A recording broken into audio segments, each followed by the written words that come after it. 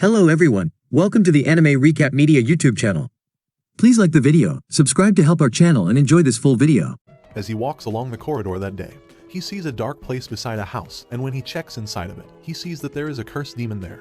Without wasting any time, he quickly exorcises the demon. He exorcises the demon into a very circular item, and he sets to absorb it. He complains that there is no other person who understands and knows the worries he goes through by absorbing the demons. On the other hand, a young sorcerer from the Jujutsu Academy Yutaheim drives with her colleague, Mei. In the car, she narrates a story about a haunted house. The house was initially the house of a chairman who operated a barbecue store. The owner of the house was wealthy, and they lived a very pleasing life, at least until the issue eventually happened. An issue happened last year in July when all the members of the family suddenly committed suicide as a result of debts. Since that day, the house has been called the Cursed House. Despite that, the fact that the house is cursed, rumors about the house spread far and wide.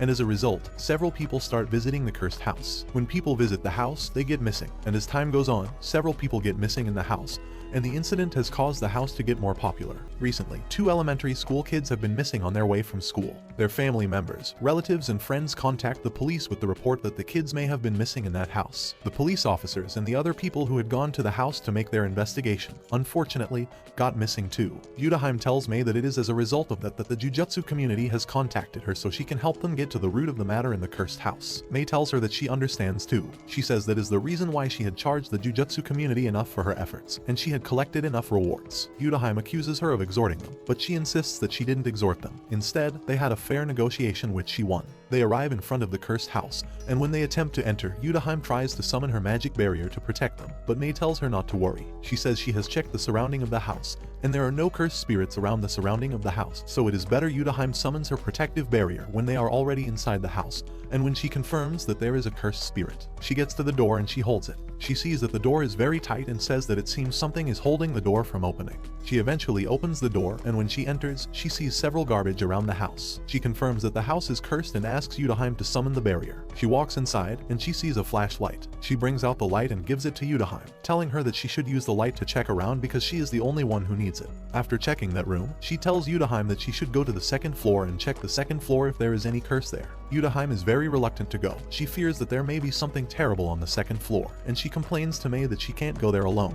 When Mei calls her a coward, she fearfully accepts to go, and she tiptoes towards the second floor, pointing her light to her front and checking the room to ensure there is nothing there. She eventually gets to the last room. According to her, she checks the room and hopes that she can eventually return downstairs. But as she is about to leave the room, she suddenly hears walking steps around her. She fearfully goes to check the room better to know if there is a cursed spirit there. She feels the noise is coming from under the bed, and she bends down slowly to check if there is something there. She suddenly hears another sound, and this time around, she can no longer hold it, so she screams in fear. Mei enters through the door and sarcastically comments that Yutaheim should get an award for screaming. She tells Yutaheim that there is nothing in the room and Yutaheim should stop being scared. Seeing Mei gets her a little more satisfied. She tells her that she has finished checking the room and says they can return to the first floor, but Mei tells her there is no second floor. She confirms it again that there is just a floor in the house, and it is only that floor. She says that she has passed through that same corridor about 3 times, and when she realized that she has been walking in a loop, she began to put signs in that same place to know how many times she has been there. She eventually declares that they have been trapped in a loop, and that is probably the same way the cursed spirit has been trapping everyone else who has entered the same house. She assumes that after the victims walk around without help, the cursed spirit will eventually come out to destroy them. Fortunately, she tells Yutaheim that the trap they are in isn't that strong and there is a way they could break it. She asks Yutaheim to advise on what they should do,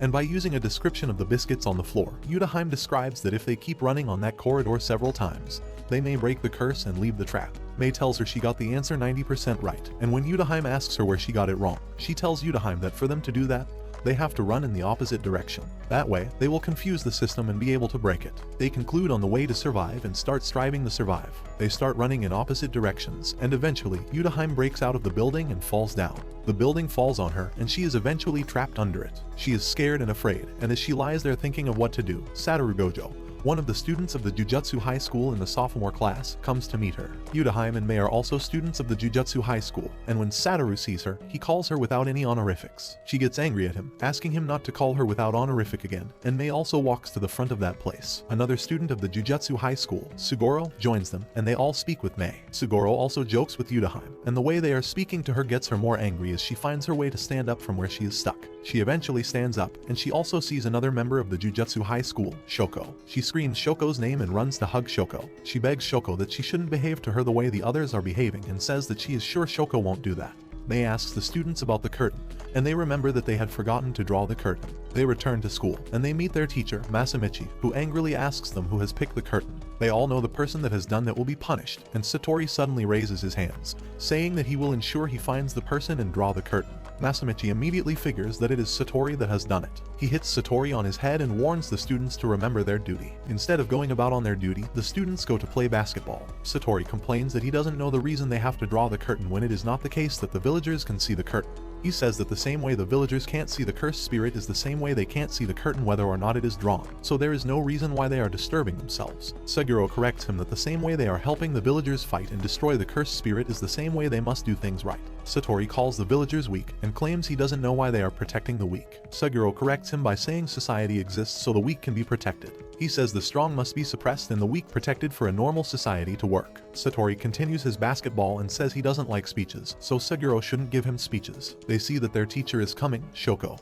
who isn't around them, tries to run away, and Masamichi enters to meet Satori and Seguro, and he asks about Shoko. He tells the boys that he has a duty for them, and although he feels they aren't the best fit for the job, Master Tengen believes they should do it. He tells them the job is in 2 phases. The first is for them to protect the girl with the star vessel, and the second is to kill her. He calls them to give them more information, telling them that they have to repair Master Tengen's cursed technique of immortality. The technique is such that Master Tengen is immortal, but if it increases, he will become stronger and become more than human. For him to suppress the power, he has to merge with the star plasma vessel. However, there are some people who want him to become more than human so he can turn against humans, and they are in 2 groups. The first is the star religious group and the Q, so they are to stop the 2 groups from getting the girl. They get to duty and communicate with their phone. Seguro enters the building and sees one of the Q group throw the girl down the stairs. He jumps down and protects her. The member of the group, Kokun, sees Seguro and with his uniform confirms he is a member of Jujutsu Academy.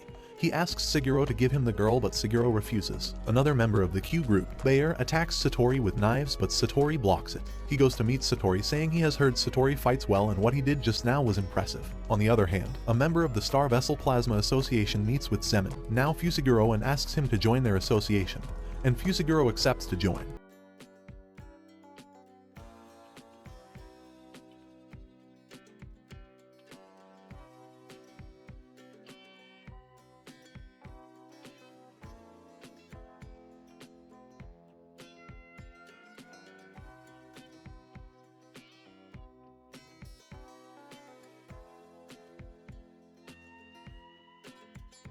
How was the video? We hope it was good.